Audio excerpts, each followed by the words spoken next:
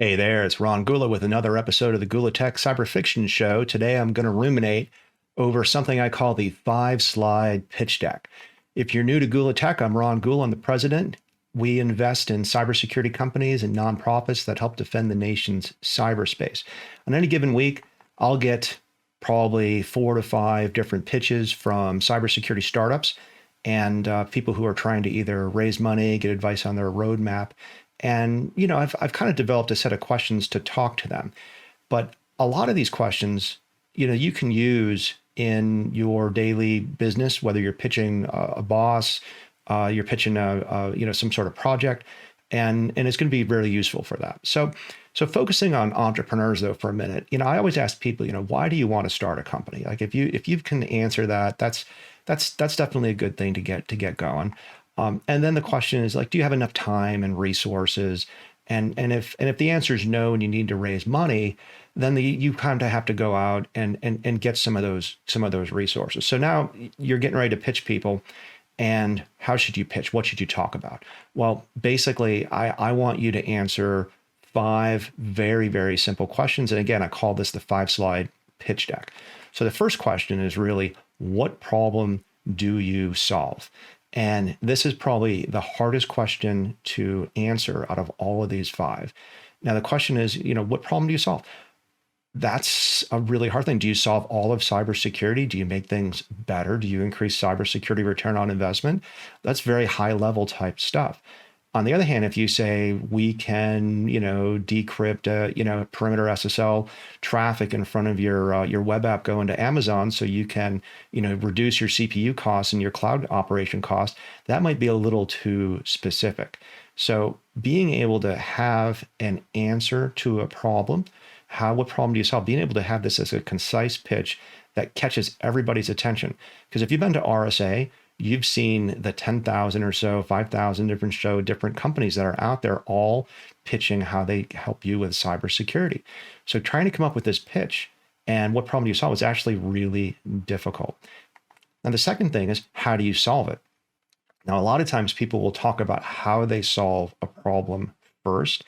They really need to talk about the problem that they solve first. You're going to be able to pitch that to business people and to people who want to invest in your company a lot easier than perhaps the technical folks who are going to have to implement it. But the how you solve the problem is just as important. There's a lot of different ways to build a mousetrap. There's a lot of different ways to solve different types of cybersecurity problems that we have. And how you solve it should be very unique to you. It should be something that you can articulate fairly quickly, and with the concept that you have competition, but that you also have the ability to kind of have an advantage over them.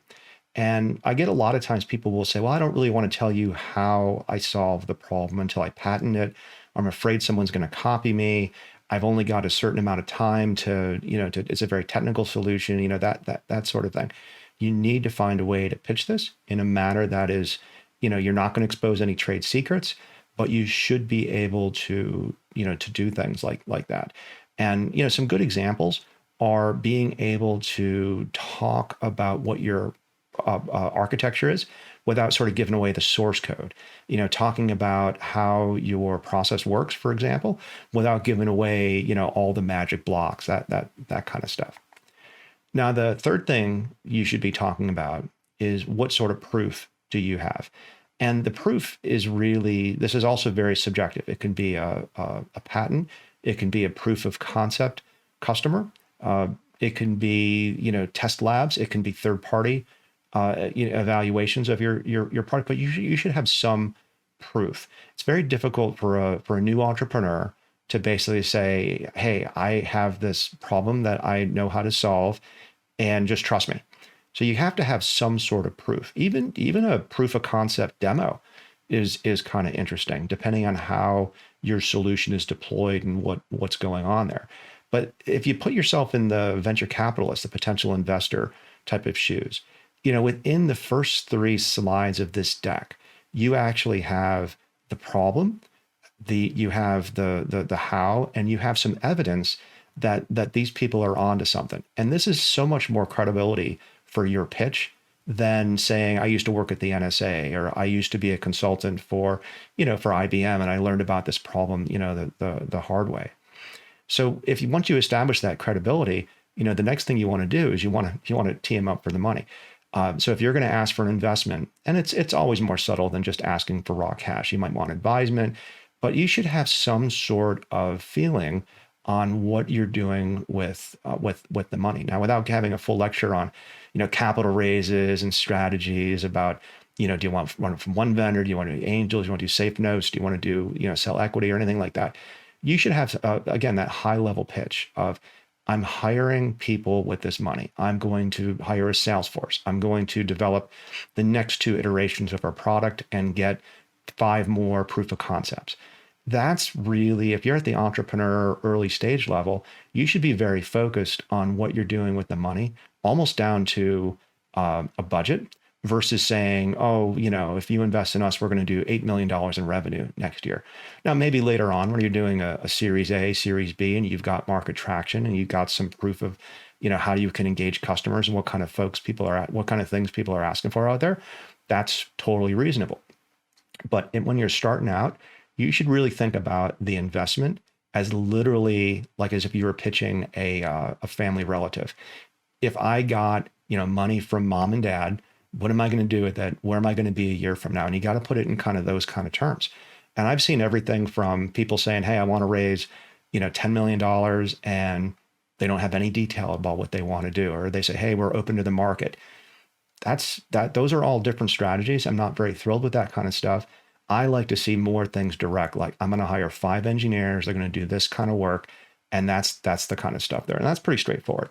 Now, the last question, though, is probably the first one and the last one are the hardest.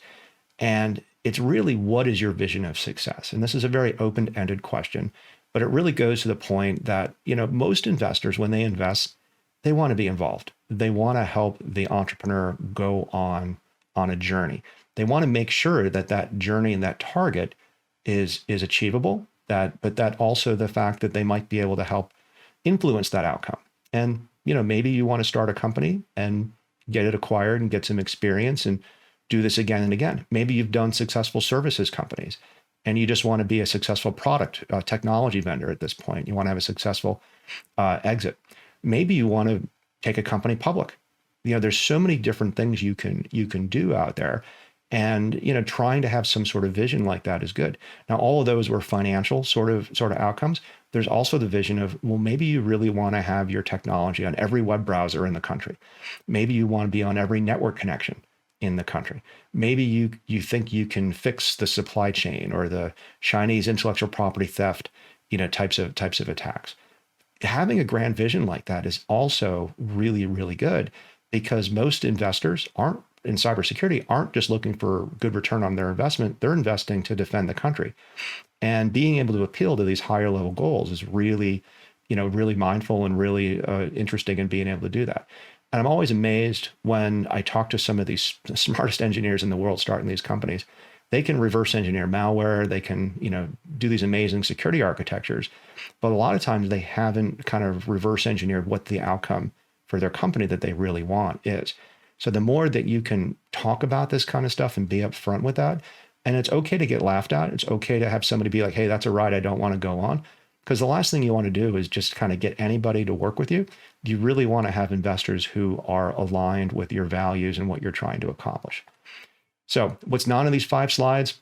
All sorts of stuff. Like, were you on CNN? Did you hack for, the 8200 unit in Israel? Did you invent 1,000 patents when you worked at NIST? These are all background. Or even who's on your board. I've actually had people say, I've got these 3 generals on my board as the first slide in their pitch deck. And no disrespect to the generals and their service to the country, but that's not a reason to invest in a company. So that should be a detail. That should be the kind of information that when you double click or you get more information in there, that's where you can get into that kind of stuff. Now, there's a lot of pitfalls that people do. Some ones, personal ones. I apologize if anybody's watching this and solicited me or tried to interact with us. But probably one of the biggest, I think, tactics I've seen people use is say, "Hey, can I just get feedback on my company?" it's and the answer is sure. I mean, I think most venture capital firms will be happy to give you feedback. Now, feedback, a meeting, can I do introductions after that? Hey, would it be great? That at some point you're eating into the cycles of the venture capitalist who has, they have their own responsibilities and companies that they've invested in, and they're trying to work on that. So trying to kind of build a relationship with people without, it's really tough. At Tenable, when we raised the $50 million from Excel Partners, we had met with Ping Lee, who was on our board, probably like 4 or 5 years in a row, and we had a good relationship. And when it was time to raise that kind of money, that was, it was definitely time for that. You're not going to get to that at the first meeting with most organizations. But having said that, you do want to have some interaction. You don't want to have potential investors not be informed of what you're doing. And there's a fine line between what's an introduction and what's work and what's feedback. Another thing that I've seen a lot of organizations do when they're raising is they're a little too focused on valuation. And valuation is a really relative thing. If you, let's say you've invented a way to apply quantum cryptography to intrusion detection, anomaly detection, great. So you've got this cool new whiz-bang thing, and this is a hot company. Well, you might have a number in your mind of what your company is worth, and you might go to market, and then you might get that. I mean, those stories happen every day. 90% of the time, though, you're usually off by I'm going to say sometimes 50%. And focusing on valuation, it's fine. There's more things you can do, but I wouldn't let people. And this is not so. It's funny because as a venture capitalist, sometimes you're like, well, hey, look, we want to invest in great companies at the lowest possible valuation. But of course, that's a given. Having said that, though, there's so many different venture capitalists out there. You should really talk to multiple ones, just like you should talk to multiple doctors or multiple lawyers when you're going out for this kind of stuff. But I have seen companies fail because the founders have held out for too high of a valuation. I have never really seen companies fail because they took too low of a valuation. And, the way things are right now, at least 2021, we're in November 2021 here, valuations for cyber companies are doing extremely, extremely well. And so there's some common pitfalls there, and you can read more about this on our website. So once again, 5 questions. What problem do you solve? How do you solve it? Can you prove any of this? What are you going to do with the money? And then finally, what's your vision of success? When I say a 5-slide pitch deck, I'm literally saying 5 slides, maybe 6 if you've got a title, maybe 7 if you've got some background information. But those are the first 5 slides of your deck. You might put 10 hours into making a deck, and a venture capitalist might look at it 5 minutes. If they're on slide 10 or 15 or 20 and they haven't answered any of these questions yet, they're probably not going to dig that hard. So putting this information up front is really making it easy for the venture capitalist, and also easy for you, because you want to get to a no as quickly as possible or a yes as quickly as possible. So in the spirit of pitching, and also for the spirit of the GULATECH Cyber Fiction show, I'm a big fan of Dune. I thought the new movie was phenomenal. I thought they did a great capturing of the book. I'm very excited about that. And even if you're not into science fiction, there's some stuff in there that's pretty good. Some of the special effects just look like raw footage and stuff. But in the spirit of pitching, I wanted to point people out to a documentary called Jodorowsky's Dune. Jodorowsky's Dune was a gentleman, Jodorowsky, who was going to make Dune in like the late 70s. And he had a pitch book. He had all of these huge diagrams. He actually invented a lot of the tropes that we see in science fiction movies today, like the robot looking at you through the heads-up display, the laser lightsaber, all that kind of stuff. And in the story, this is available on, I think, Amazon and Netflix now. I've seen it a couple times. He talks about having a vision. He talks about pitching. He talks about doing a lot of different things. And it doesn't go well. This movie was not made, and in many ways, a lot of what he invented, it's been accused that it's been ripped off and gone into Star Wars and Star Trek and other science fiction movies. So the lesson there is, if you're going to try to go pitch something, be careful about pitching too much, but you also have to have something that people want to want to do. I don't want to give away too much in this case, but some of the stuff he did before this movie is really what held him back. All right. Well, thanks for hanging out with me on the GULATECH Cyber Fiction Show and hearing me ruminate about the 5-slide pitch deck. If you like this kind of content, check out our website at gula.tech. We have all of our portfolio companies up there. Every one of them successfully did a 5-slide pitch to us, more or less. And we've got a whole bunch of videos on the GULATECH Cyber Fiction Show, interviews with all sorts of famous people about cybersecurity and movies. Thanks for joining us. Stay safe in cyberspace.